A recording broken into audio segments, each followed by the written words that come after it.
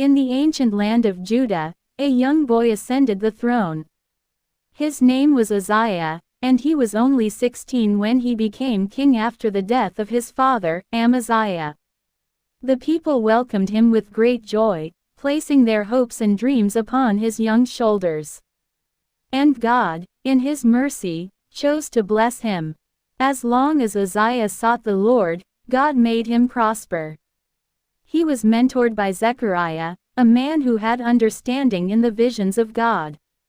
Under this guidance, Uzziah's reign flourished. He became a mighty king, a ruler whose fame stretched far and wide.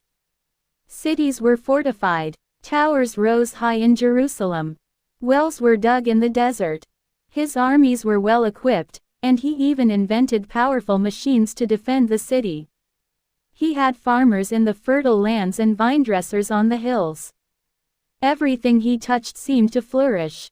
The world looked upon Uzziah and marveled.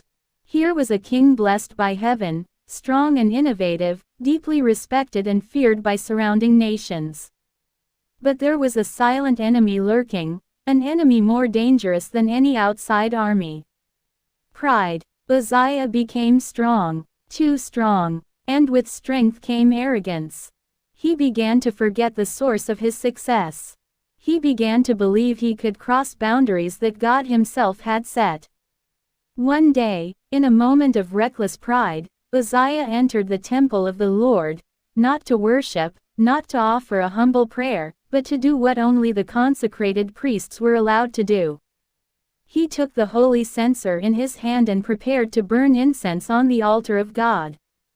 This was no small mistake. It was a direct violation of God's command. The sacred things were not to be handled by kings, no matter how powerful. They were reserved for the sons of Aaron, the chosen priests who had been set apart by divine ordination. Azariah the high priest, together with 80 brave priests of the Lord, hurried in to stop him. They stood before their king with trembling courage and cried out, "It is not for you, Uzziah, to burn incense to the Lord. That duty belongs to the priests. Leave the sanctuary, for you have trespassed against the Lord." But Uzziah would not listen. His pride was inflamed. Anger surged through his veins. How dare they challenge the king? With the censer still in his hand, he shouted in defiance, yet even as the words escaped his mouth, something changed. Suddenly, leprosy broke out on his forehead. In the presence of the priests and before the holy altar, the judgment of God was swift. The very flesh of the king was marked. His face, once noble and radiant, was now disfigured by the disease of disgrace. The priests gasped. They rushed toward him to cast him out of the temple. But Uzziah himself knew he had been struck.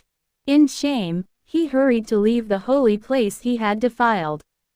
From that moment forward, the mighty king became a leper. He lived the rest of his days in isolation, cut off from the temple of God, unable to rule from the palace. His son, Jotham, governed the people in his place. The king who once reigned in glory now dwelled in a separate house, alone and shunned.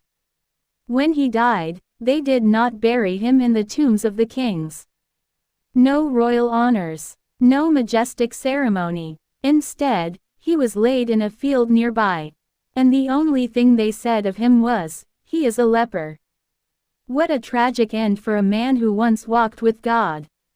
The story of Uzziah is a mirror to every soul that rises high and forgets the hand that lifted them.